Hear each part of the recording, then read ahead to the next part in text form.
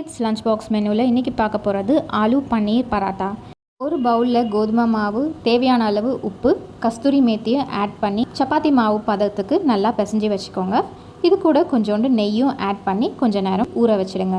இன்னொரு பவுலில் நான் வேக வச்ச உருளைக்கிழங்கை ஸ்மாஷ் பண்ணிக்கிட்டேன். இது கூட கொஞ்சோண்டு மஞ்சத்தூள், 1 spoon garam masala, 1 spoon red chilli powder, 1 spoon coriander powder, தேவையான அளவு உப்பு போட்டு மிக்ஸ் பண்ணிக்குவோம். இது கூட குட்டி குட்டியாக நறுக்கின கொத்தமல்லி லீஃபு, வெங்காயமும் ஆட் பண்ணிக்கிட்டு துருகின பன்னீரையும் ஆட் பண்ணி இதில் நல்லா மிக்ஸ் பண்ணிக்கோங்க. இப்போது சப்பாத்தி மாவை நல்லா திரட்டி எடுத்துக்கோங்க. நான் பண்ணுற மாதிரி சென்டர்லேருந்து ஷேப்பை இந்த மாதிரி பண்ணிக்கோங்க. இப்போது நம்ம பண்ணி வச்சுருக்க பொட்டேட்டோ பன்னீர் மசாலாவை இதுக்குள்ளே வச்சு நல்லா சீல் பண்ணிவிட்டு இந்த மாதிரி திரட்டிக்கோங்க. இதை தோசைக்கல்லில் போட்டு எண்ணெய் ஊற்றி நல்லா 2 சைடும் வேக வச்சு எடுத்துக்கோங்க. இந்த சப்பாத்தி வெறுமே சாப்பிடவே ரொம்ப டேஸ்ட்டாக இருக்கும். இது கூட ஆனியன் ரைத்தா சைட் டிஷ்ஷாக வச்சிங்கன்னா இன்னும் யம்மியாக இருக்கும். கிட்ஸுக்கு ஹெல்த்தியாகவும் கொடுக்கணும், அட் த சேம் டைம் அவங்களுக்கு பிடிச்ச மாதிரியும் கொடுக்கணுன்னா இந்த டிஷ்ஷை ட்ரை பண்ணுங்கள்.